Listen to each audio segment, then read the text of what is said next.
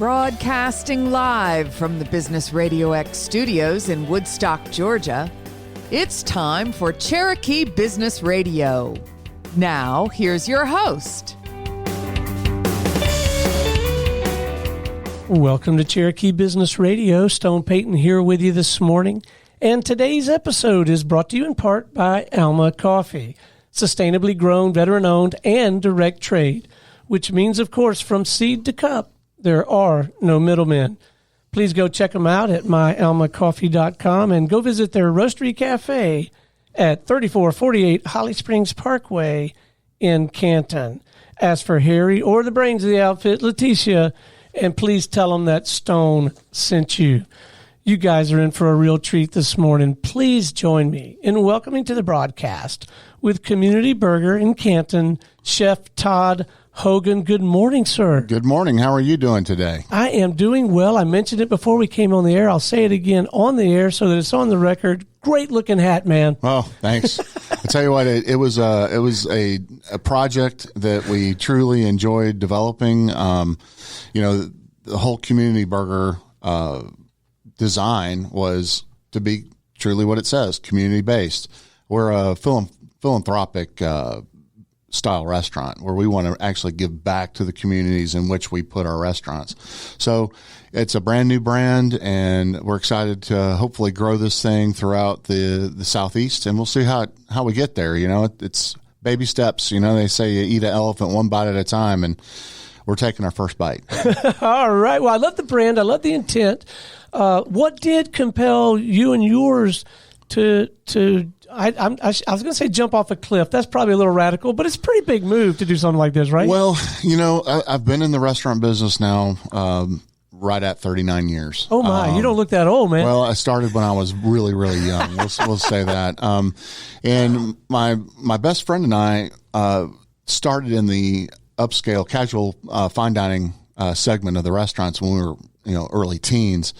And it's something we've done together. We went down different paths. I stayed in the actual restaurant segment, culinary. I've been an executive chef since my first job. I was 21 when I was first executive chef role. But over the years, he's watched me, have struggles, big hurdles. He's seen me have successes and failures. And through the process, in my mind, I'm like, I love fine dining. I love that upscale feel. But I feel like where we are currently in our world is that the demand for dining is doing nothing but increasing. The challenges we currently have with staffing was where we kind of landed on this particular concept. And then he and I decided that, number one, the top three food segments are burgers, tacos, and pizzas. They are for me. I mean, It really is. I mean, when I think about my days off, what's Dad going to make at home? I'm like, let's make a pizza, or let's make tacos, or let's do a burger. So I love the burger application because it's anything you can imagine between buns, right? So, so kind of coming back to how we landed on this is we thought we got staffing challenges. So this is what they consider a fast casual concept, which is counter service. You walk up, you place your order, you sit down, and then it's delivered to you. So it's a hybrid between full service and actual self-service. And with that being said, I didn't want to lose some other unique pieces. And the cocktail program to me was also very important. So we're not just a burger and beer joint. We've got cocktails, beer, and wine all on tap. Oh, so my it's a little eyes different. just lit up. Y'all can't see it in the studio, but he saw it. Yeah. My eyes lit up when he said cocktail. Well, the cocktails are going to be very unique and very custom. We'll have some old school, throwback favorites, but we're also going to have some creative, mixologist style cocktails on tap. And we're also going to have adult milkshakes. And regular milkshakes for the kids. And we also have a small daiquiri program that will just pair up. And I think it's a perfect pairing for the burgers, And it's not just traditional burgers. We'll have the traditional burgers with beef and all the unique, fun, chef-driven ingredients. We're also doing a non-traditional category that includes grouper, salmon, ahi tuna, and chicken. And then we have an international burger category that's like, a bratwurst burger with sauerkraut and buttercase cheese, which is a German creamy cheese.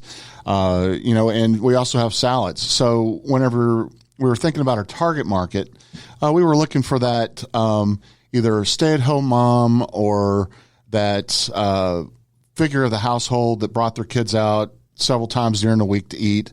And we wanted to give them the options because not everybody wants a burger every day, a traditional burger.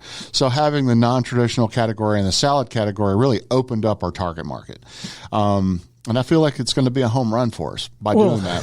Sounds like a home run to me. So how far out are we? We're in mid-June for those of you who kind of trip over this later in the season, but how far out are we now? So I would have to say, I mean, truthfully, we're about 30 days behind. Isn't that just par for the course? It really is right now. I mean, it's, challenges in the world about supply chain and just sourcing certain things that we needed for the project.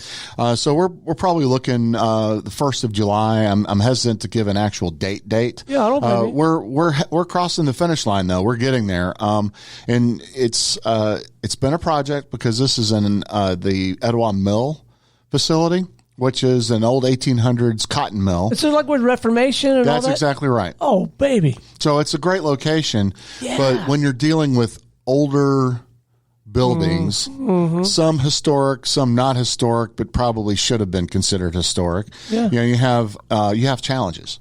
Just how the buildings were originally put in place and how do you get that infrastructure to support. But the feel of the project is amazing because when you pull in, we're one of the first 2 independent buildings in the middle of the project. So you can't help but see us. Like we're one of the first things you see when you pull in. Oh, right. And we kind of butt up to the amphitheater. Oh, so yeah. are you familiar with what they do down there? Not completely. I've been there. I was at a business meeting that was held within Reformation before, and then I went and I visited with my buddy John Clunan participates in that Thrive co-working. So I've been out there. Yeah. Well, Thrive's a big piece of this, and there's multiple boutique shops. Now we're opening up more restaurants. So currently there's 3 in full operations, and there's 3 more restaurant spots to be opened. Community Burger is one of them. They have another one that's called Blackbird Tavern that's going to be opening. But they've got some really cool restaurant concepts down there. Yeah. And it's going to become a destination location for eating as opposed to just a walk by or drive by. People will be coming to the mill to decide on where they're going to go and have dinner with their kids, or if it's a date night. And coming back to Community Burgers, we really drove this towards the family baseline. We wanted it to feel like an everyday eating facility, not special occasion. I've had those restaurants in my past and I've enjoyed them, but I'd rather see that customer twice a week than once a quarter.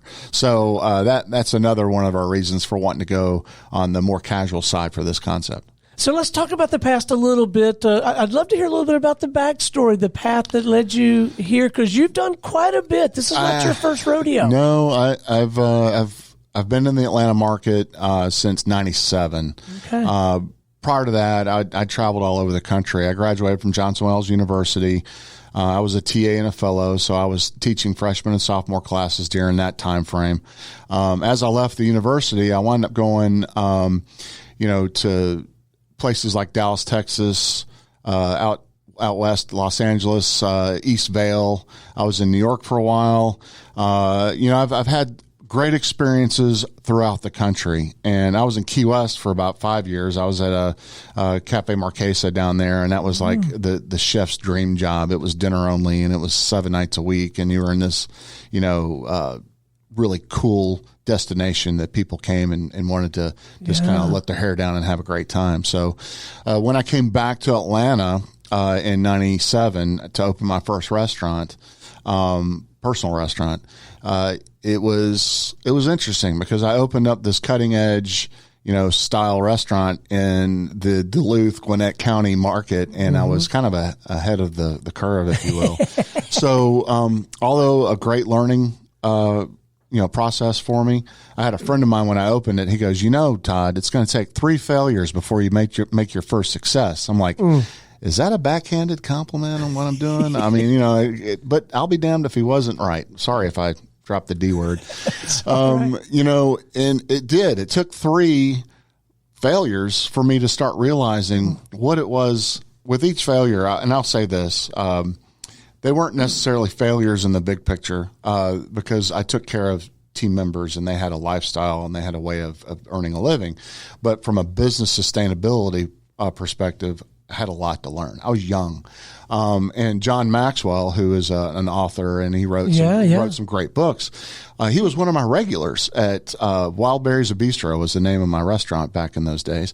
And he gave me this book called Failing Forward. Mm-hmm. And he gave me a series of books. But that particular book, after I read it, I was like, this makes complete sense. So you learn by your mistakes. Just don't make the mistake a second time. And you just continue to grow down that path. And, now we're fast forward to where we are. I had a restaurant in Roswell that we opened up in, what year is that? 2009, I think was when it was. And market crashed the week we opened. Ouch. And I'm sitting there, I'm thinking, okay, now what? Because I put all my eggs in the basket. So we white knuckled it through this whole process. And I wound up losing the restaurant to a fire. And I'm like, okay. So we made it through all the ups and downs. Then we had a fire. So now we had to reset. So in late 2012, I took all the rest of my eggs I had in the basket and I put it all into Branchwater, which is located in Cumming. It's in the Forsyth County market. It's in Vickery Village. And I put this restaurant up there and I basically was like, it's all or nothing, and it's 10 years old this month. Oh, congratulations, man. I'm very, I'm proud of that restaurant. I'm proud of the team members that have been a part of my life from the day we started to date now. Mm-hmm. And as we grew, we've come across a lot of challenges. Then the pandemic hit. I'm like, okay, now the pandemic hits. And because the universe just wanted to make sure you really want to do this, right? Right. I mean, and I'm looking at this going, okay, I had Branchwater at the time. I have Branch and Barrel that's at Avalon. That's one of our restaurants. And at the time we had a restaurant in Crabapple called Duke's that was kind of the runt of the group. And when pandemic hit, we had to make some tough decisions. Mm-hmm. And I woke up one early morning and I thought, I'm not going to curl up in a ball and I'm not going to suck my thumb. I'm going to get back on my feet and we're going to keep swinging this bat. So we opened up our second Branchwater location during the middle of the pandemic. Wow. And we opened that up in the historic district of downtown Canton. And I guess that was 2020. So here we are in 2022. It's doing awesome. I love it. And it really has to do with the relationships you create. Isn't it? It's remarkable to me. I come from the training and consulting world. The client side of the work we do here is so relationship oriented, but it continues to amaze me. And I don't know why it surprises me at all, but so many businesses, I don't care what it really does come down to relationships. 100%. During, the pandemic and we were making these decisions, we had to shift gears quickly, like fast on your feet. And, restaurant tours, countrywide were having to reinvent themselves. And that meant, were you a grocery store? Were you a delivery service? Were you Branchwater, for example, we converted to a family meal style restaurant. We were steak and seafood. Now all of a sudden we're doing meatloaf, mashed potatoes, and green beans for $4 and delivering it to your door. So we had to get real creative real fast. But that all being said, the customer, the regular, the friend that we developed over the years, they are why we succeeded and made it through that nightmare. And all I can do is say it's because of my team, how they built the relationships. That is not about me. I may have created the concept and written the recipes and done the development, but when you really boil it down, it's about the folks you hire and become part of your family. And shortly thereafter, we did this Atlanta Eat segment, and the host asked me, he goes, well, why did you get in the business? And without even pausing, I said, I got in the business to take care of my family. That was hands down the whole reason. I didn't realize that my family was going to grow to 100 people because that's what it came down to. It wasn't just about me and my 4 kids and my wife. It was about the folks that were involved in my restaurant day to day, because I see them more than I see my own blood family, right? Yeah, so they are a part of my family. They are why I continue to reach out, to do more, to do better, to be a better company to work for. And that's what it comes down to. And then we had the the new Branchwater that opened, and then again, it came circle back around with my best friend on this community burger project, and we thought, what are we going to do to create something that is a legacy-based creation? All right. Now, that's a big statement to make, but it's made and it's felt. And he and I wanted to create something that wasn't just a one-off. We wanted to create something that would be multiple locations, and in each community we built one, it made an impact at that level, not just we say we have philanthropies. We wanted to have philanthropies that were specific to the locations. So because you survive because of the community that you're within. Yeah. So we wanted to, and it's secular. So community supports us. We want to support the community, and that's the whole plan. I mean, it sounds simple, and it's nice to make it sound like it's simple, but it is a little bit more detailed than that. I mean, we really want to make an impact. And there's restaurants out there that currently do that. We wanted to do it better. And that's a big statement to say that we want to do it better than, let's say, Chick-fil-A, for example. Sure. Chick-fil-A is an amazing company. Aren't they? Yeah. And what they have developed and what they have become. I mean, it's humbling to have met, Truett Cathy back in the day. I worked for Chick-fil-A a gazillion years ago, and now I'm looking at what we're doing, and I'm like, I want to make an impact like that. And we're going to do absolutely everything in our power to do that. What a noble pursuit. And I know it must be incredibly fulfilling just beginning to lay out the plans for that.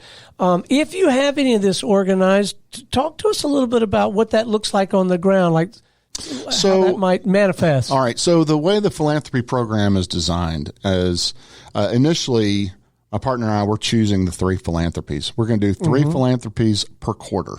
Okay. Now, as a customer, they would come in and there's going to be a QR code that they can click on, and then they can make their suggestion for upcoming philanthropies. Nice. And as we get these philanthropies in our database, we're going to do a lottery pull every quarter, pick 3 new philanthropies, and we'll make that announcement, which philanthropy they are, who made the suggestion, and how to support them.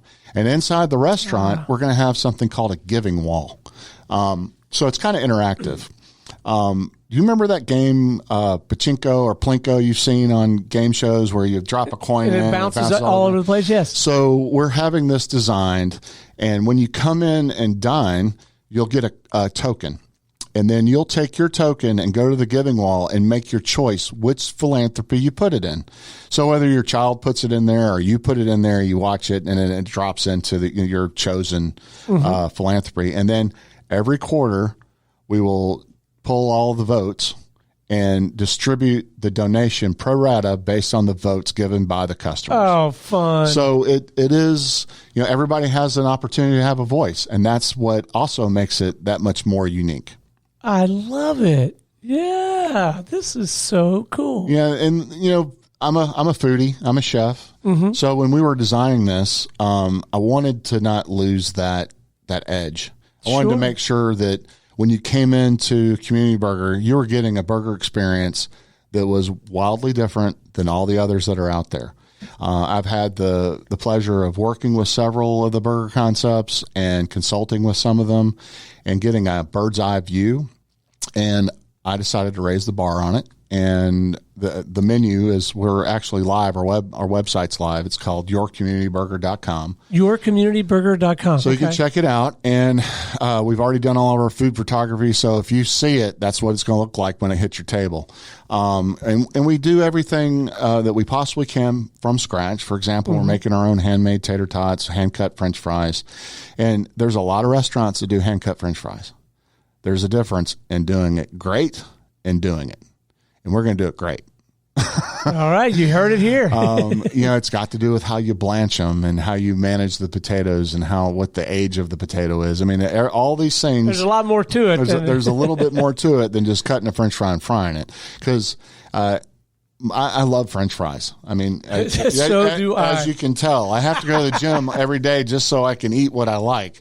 But I like them crispy, and I like them to be, a wow factor. So whenever you leave Community Burger, the whole idea is that when you get home, you're thinking about the next time you're coming because it was that good.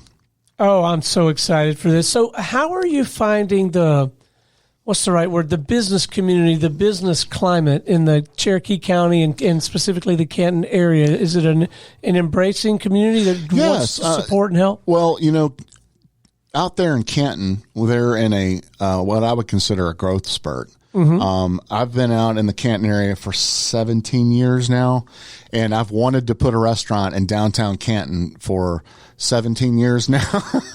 But we waited. You've been living out there? Yeah, we live out there. Oh, wow. Okay. So my wife and I and our children, we've watched Canton as it's been developing. Yeah. And my wife has held me back several times because I wanted to put a restaurant out. And she's like, it's not ready yet. It's not ready yet. And why we thought during the middle of a pandemic was perfect timing, I have no idea. But no, that's your style, man. That's your signature. So we dove in, hip deep, and it worked, but Canton as a whole, Cherokee County as a whole, is very much in a development stage, and they're going great gangbusters. And that mill project is a prime example of taking an old property, repurposing it. Yeah. And it gives that you're stepping back in time kind of feel, and that's very unique and so exciting to be a part of that project. Oh, bet. So you touched on it briefly, but, it's my show, so let's talk about some of my favorite things. Let's talk about the cocktail on tap thing a little bit more. Oh, cocktails. All right. Yeah. So our initial start with the cocktails on tap is we're going to have some old favorites like a Paloma or a mint julep, but we're also going to have some unique things. We have a smoked apple whiskey sour that's going to be on there. Baby. And, and then we're going to work with some local breweries. Oh, that's a great idea. And I'm actually, the brewery that I chose is Green Line Brewery, and they're right in downtown Canton. They're right there. In fact, my buddy Cody Bolden's on one of the cans. Yeah. Well, we did the launch for the Allenbrook, and he came and did the music at the restaurants. Sweet. And the three brothers that own Green Line are like just amazing. They're just very down to earth. They grew up in Roswell. They're committed to the community, and I felt like that was a great way to show the partnership and friendship that we've developed over the years, because Branchwater is Green Line's neighbor. And so we're going to have their Allenbrook on tap. We're going to have a new one that's called Shirtless that's going to be on tap. And then we got a community light, if you will, that we're working on with another brewery that's going to be a light beer profile. And then we're going to do a rotating tap that could be anything from Reformation to, what's that, Red Hair and Monday Night Brewery. We're going to rotate it through all the local brewers. So that way it's not just one brewery. We'll have some other presence on the tap system as well. So we have quite a few, some are aspiring entrepreneurs, but we have quite a few practicing entrepreneurs, I guess is a way to characterize it. They like to tap into the show. So any counsel that you might offer with regard to recruiting, selecting, developing, inspiring, cultivating the right culture, because that's going to be so important. It's got to be. Oh my, culture is everything. Because if you don't have a true identity in your culture, you don't know what you get. All of a sudden now it's a box of Cracker Jacks. You don't know what your prize is. So, when we're talking about our culture and we're hiring our team members, we're very upfront about we want to be the biggest little company that can possibly be. We don't want to lose the intimacy of the ownership being directly in touch. I do something that's called a checkup from the neck up in my restaurants, and I go to the restaurants almost every day. I'm at every restaurant. There's sometimes it doesn't always happen, but generally speaking, I get in the restaurants every day and I just monitor, what's the feel in the building, and if I see servers with smiles and happy and I know things are good, but if I see somebody that's down, I take that as an opportunity to do I call it a one-on-one, and I know a lot of businesses do that, but I take the time just to, tap in. How you doing? What can I do to make your day better?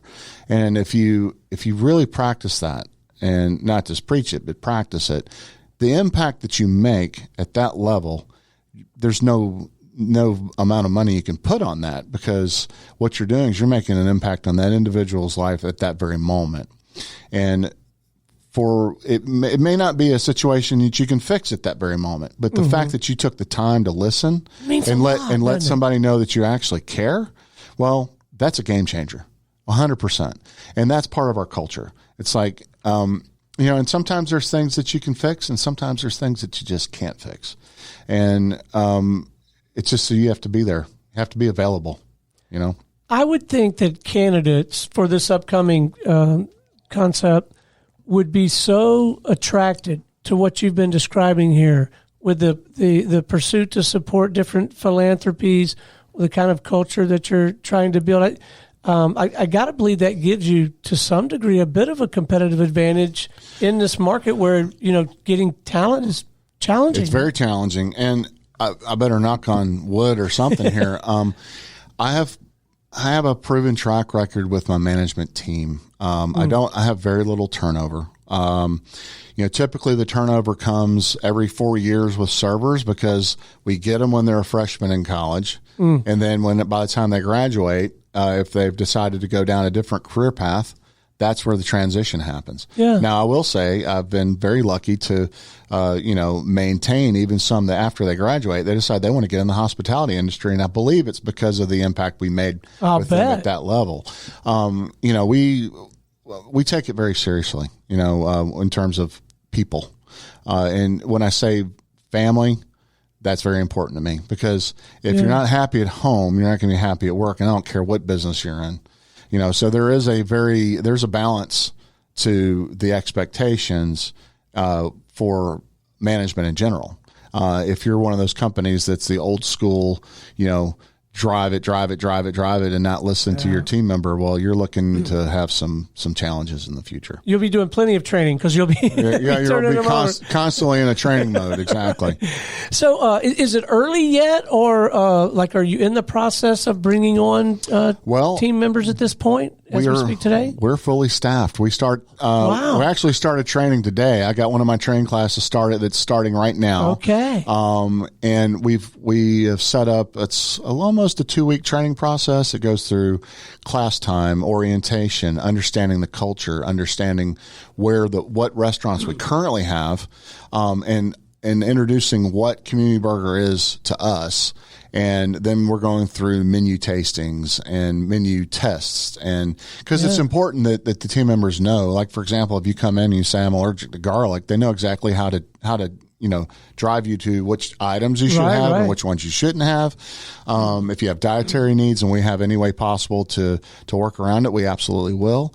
So those are the things that are important during the training, is that we know how to take care of the customer when they come in. So another pro tip: get your ducks in a row early if you're going to open up any kind of operation. No doubt. Don't wait till 2 weeks out. Yeah, and it's been challenging with not knowing when the actual CO will hit, because we're about a week early for training, but given that we're 30 days behind in construction, it's a balancing act. And we made the conscientious decision just to extend the training, commit the time, commit the financial commitment, to that training. I think the end result's going to be a win-win. Everybody's going to come out of that training program 100% knowledgeable and ready and fired up to take care of customers. So, related topic, and I'm sure the answer is yes and yes, but maybe a little more depth on this particular subject. Mentors. Surely you've had some people you would characterize as mentors coming up, and it sounds like you really do try to take every opportunity to mentor others. But again, largely for the benefit of our entrepreneurial listeners, anything you could share on that front? I know we'd all appreciate it. So yes, when I first got into the industry, and I was working through the Chick-fil-A process and the model, and then I got into this restaurant with my best friend. It was actually my best friend's family restaurant, and the chef that was there his name was Richard Ford, and he was very passionate about food, and I found that to be intriguing, and I was watching him, and I wound up going to Johnson Wales University in Charleston, South Carolina. And, I found some chefs that were there that were, very in touch with the young student who was eager, wanting to learn more than just what was on paper. And I just dove in, and I've got two chefs in my history that are very near and dear to me, and that gave me more than just education. They gave me part of their heart and drive. And one is Kurt Isley. And ironically, he's still in the business and has a restaurant over in Gwinnett County called Kurt's. And, he's an old school, chef from Stuttgart, Germany. And, the other, chef was, Karl Guggenmass, and he was a master German chef out of Augsburg, Germany. And I just spent a lot of time with these guys, and they gave me their heart and soul in the food industry, and what it took commitment wise to get to that next level. Yeah. So you obviously, I know people can hear it on the airways. I can see it and feel it here in the room. Your passion, your drive, your commitment to this work and to this particular concept in this phase of your life. And you're human. Yeah. Surely your batteries run a little bit low from time to time. Where do you go? And I don't necessarily mean a physical place, but where do you go to recharge, to get inspired, to kind of, get it all back together again and get out there and fight the good fight? So I'm very system based, meaning even personally, I have these routines and I do them like religion. I go to the gym 5-6 days a week. That's my mental checkout. I try to stay as fit as possible. Considering the fries. Considering the fries. As fit as you can be, considering the fries. Fries and milkshakes. You gotta do something to burn those calories. And I commit I go to church every week. I commit myself to my family. And I'll tell you what my drive is when I see my kids. I was fortunate enough to meet someone from the Gerber family, Dan Gerber. His father was Gerber Baby Food. He's who created it. And he told me the story about his father was basically on his deathbed, and he was there with him. And he says his dad looks at him and says, I never meant to do that. And Dan said, and this is Dan sharing the story with me. He goes, "What do you mean, Dad?" He goes, "I never meant to be, this big company. I only wanted to cook for my kids." And that stuck to me. I was like, that's pretty inspiring. So when I look at my kids and I cook for my kids and I cook for my family, I think about, what would they like, and how do they love it? And how does that translate? And it does. It completely translates. So that's my recharge, family, commitment to being better for other people. And that's what it comes down to. All right, before we wrap, let's make sure that we leave our listeners with, let's remind them of the location, of course. Let's leave them with a way to kind of tap into what you're doing now as far as website and that kind of thing. Maybe someone's interested in employment because they may have an opportunity down the road. Maybe someone would like to have a conversation with you about teaming up to help you with some of these philanthropies. Whatever you feel like is appropriate, whether it's LinkedIn, website, but let's leave them with a way to continue that relationship. Absolutely. Yeah. So I am on LinkedIn. Todd Hogan, Chef Todd Hogan. We have our website, yourcommunityburger.com. We are opening our first location in downtown Canton, and it's in the Etowah Mill Project. Our second location is underway. It's in the Crabapple Market no District. Grass is growing under your feet. No, you're getting ready to go. We have a plan, and we're currently looking at locations 3 and 4. It's just a matter of timing. I'm myself and my partner are very committed to the growth of this company and the impact we make at the community level. All right. Be sure to build in like a Business RadioX studio spot there. There you go.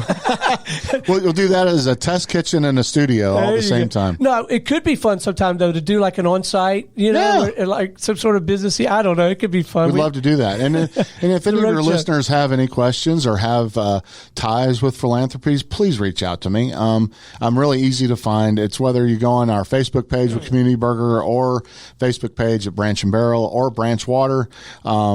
My teams will let me know whenever someone's reaching out to me directly, and I'll get right back to you. Well, man, the work you're doing and the way you're doing it is so important. Keep up the good work, and man, we sure appreciate you. Well, thank you for having me this morning. I greatly appreciate that. It's been an absolute delight, and don't be a stranger. Maybe we'll have you come in periodically, or like I said, maybe I'll take a suitcase with a remote kit out there, and we'll visit sometime. But this is fantastic for our community here in Cherokee, man. Well, I appreciate you having me. All right, this is Stone Payton for our guest today, Chef Todd Hogan with Community Burger, and everyone here at the Business RadioX family saying we'll see you next time on Cherokee Business Radio.